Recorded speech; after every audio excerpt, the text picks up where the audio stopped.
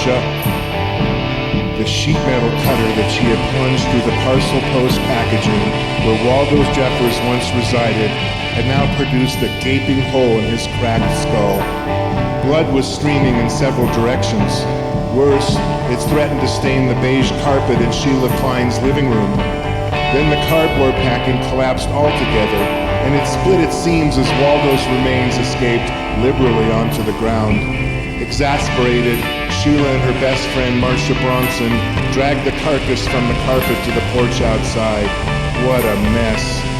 "What are we going to do?" Sheila shrieked. "I can't afford new carpeting and it's starting to smell really bad."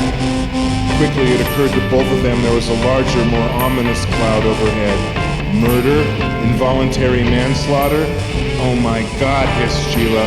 "The cops will have a field day with this. I don't want to go to prison. What are we going to do?" Marcia frowned. "Maybe we should call the authorities.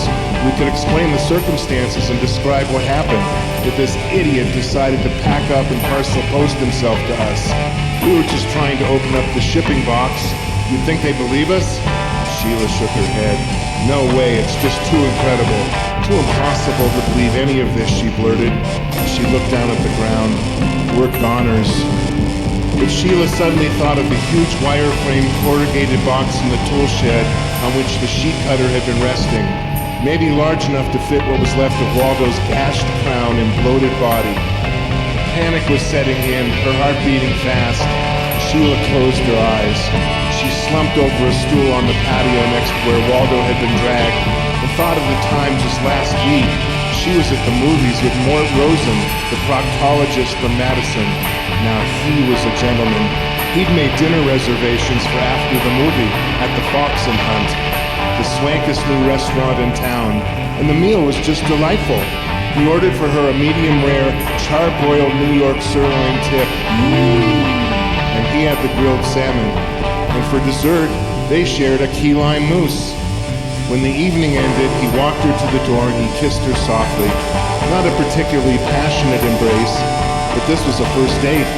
She respected that, and when she eventually drifted asleep in bed that evening, she imagined being a proctologist's wife, his better half, rubbing his neck and shoulders when he came home from a long day at the office where there was promise and future. But then, this, She bolted upright from the stool where she'd been trancing. She ran for the box in the shed. It was pretty big, but not extravagantly heavy, so she grabbed hold of the top of one of the sides and screamed for Marcia to help. They managed to pick it up, hoisting it off the ground, and dropped it on the patio next to the lifeless form of a rapidly decaying Waldo Jeffers. They turned the box upside down and tried to fit the open top over Waldo's head. The head squeezed through okay, but damn, his body was too wide. Marcia held her nose and then tried to squeeze tight Waldo's distended frame, but the girth of the box would not give. It was just too narrow. Things were looking bleak, but then Sheila had a thought. What if they carved off parts of the arms and legs and whatever else they needed to trim and hack in order for the whole thing to fit? Maybe. And if they could stuff the rearranged cadaver into the box, then it was just a matter of where to dump it, where no one else would ever find it. Ever. But back in Locust, Pennsylvania, Waldo's next-door neighbor and best friend David Bloom was starting to worry. Waldo was supposed to have called, and David was the only friend or family of Waldo who'd been privy to what Waldo had done. He was sworn to silence, but Waldo should have phoned a couple of days ago to let him know that love conquers all and all that. Of course, David was cynical. He didn't put much faith in the fate of such romantic endeavors or far-flung, heartfelt schemes. Love itself was just an obscure and fleeting notion. David liked to get down to the nitty-gritty without much delay. Foreplay for David was a couple of strong cocktails to put the target of his affections into an agreeable frame of mind. 3 or 4 romps in the sack each week, well, that's all that mattered. But why on earth would Waldo go to this kind of trouble for just one broad, he amused. He met Marcia when she and Waldo were an item, but that was a while ago. They never seemed very tight, and to David's reptilian eye, Marcia appeared to be more amused by and terribly attracted to Waldo. David had been very tempted to steal her away from Waldo for a night, like the time Waldo had to cancel plans because he'd come down with the flu. David wouldn't have to worry about dinner arrangements, just some drinks and strong pot, and then cut to the chase and seal the deal. Still, Waldo hadn't phoned, so should he be concerned? He often felt a brotherly affection. Someone had to look out for that loser. And Waldo's harebrained scheme to ship himself to Marcia through the mail was nuts at best, in David's mind. What a schmuck, he thought. He looked up Marcia's current number, dialed 5 rings, but no one answered.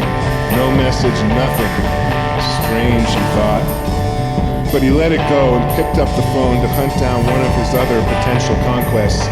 It was now a couple hours after dinner, and as always at this time, well, he was getting horny. Marcia grabbed the sheet cutter and tried to methodically saw her way through Waldo's right arm. But the blade was too dull and now blood was streaming everywhere. Jesus, God, gasped Sheila, this won't work. But Marcia thought of something else. There was a chainsaw in the shed, and if that wouldn't do the job well, then nothing would. So with some effort she nabbed it, and they both proceeded to power saw through the stubborn entrails. Sheila grabbed the eviscerated body parts and heaved the whole bloody mess into the wire frame box. Finally, they both latched onto what remained of Waldo's stocky torso and head first, upside down, stuffed him inside with everything else. Sheila wanted to throw up, but there was so much commotion she didn't have the opportunity. Finally, blood spattered and sweating profusely, they closed the box up from the top and sat down to catch their breath. After a few minutes, Marcia looked at Sheila. So now what? Sheila proposed that they make their way to the sump, the place where the ground was caving in from an adjacent city cesspool and nearby fracking site. This was a toxic waste dump that concerned citizens in the area had been trying to shut down for a while. The toxic sludge seemed the perfect spot to dump the box and what was left of Waldo. Maybe the noxious gas and acid-like plume in the center of the sump's pit would decompose the whole package, and quickly. Well, that was the plan. Then Bill phoned. He wanted to know if they'd like to cavort through the city and have some fun. Sheila grabbed the phone from Marcia. This was no time for such nonsense. She told Bill, a good-looking guy, but all oatmeal north of the eyebrows, that it wouldn't be remotely possible. At the same time, she didn't want to sound suspicious or even conspicuous with guilt or insincerity. Bill couldn't know anything at all was up, but after putting him off, apologizing that this wasn't a good night to meet, and then hanging up, Sheila suddenly had another idea, and it was a good one. She quickly phoned him back and told him they needed to unload some garbage and old hardware that they had collected into a big crate. Could Bill please come by and help? Not wanting to turn his back on a crisis and grateful for the opportunity to be with both Marcia and Sheila, Bill readily agreed. After long showers, a change of clothes, and some serious touch-up around the house, they waited for him to arrive. By the time he got there, the box was already in the driveway. The three of them picked it up and carefully placed it back down on the flatbed of Bill's truck. Bill had to wrap a scarf around his mouth and nose, overcome by the foul aroma. "What kind of garbage y'all got in your place?" he inquired. But Sheila and Marcia's minds were somewhere else.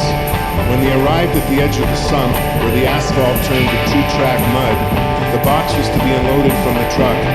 Bill suggested they heave it into the sludge and let it sink, but Marcia and Sheila had no intent of moving anything. They stayed in the truck while Bill took over. In a manly gesture, he muled the box on his back and proceeded to walk down to the designated dump spot.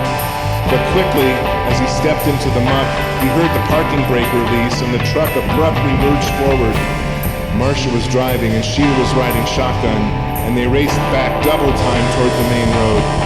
What the... As the truck sped away, Bill let go of the box and it plunged down onto the ground and it split wide open. The sun had just set, the night was on, and in a blazing hailstorm of spectacular flashing lights, 5 police squad cars converged on Bill, who was now planted above a split open casket of what was left of Waldo Jeffers' hacked up corpse. He was quickly apprehended and taken back to wherever town justice might prevail. Marcia and Sheila gleefully high-fived inside the cab of Bill's truck as they accelerated to Sheila's house to clean up and make sure nothing, absolutely nothing, was left that could incriminate them. Carpets were torn up and thrown in the basement. Kitchen linoleum floor mopped and sanitized. Back porch washed thoroughly. They buried the chainsaw.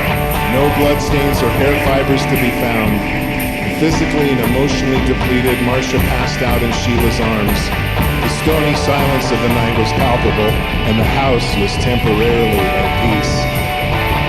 That is, until the ring of the kitchen phone pierced the stern serenity. Long distance collect from Locust, Pennsylvania, and no one to take the call. On the other end of the line, David Bloom held his breath. He really didn't care so much about Waldo, but the idea of getting some tail from Marcia, well, that would be a different story.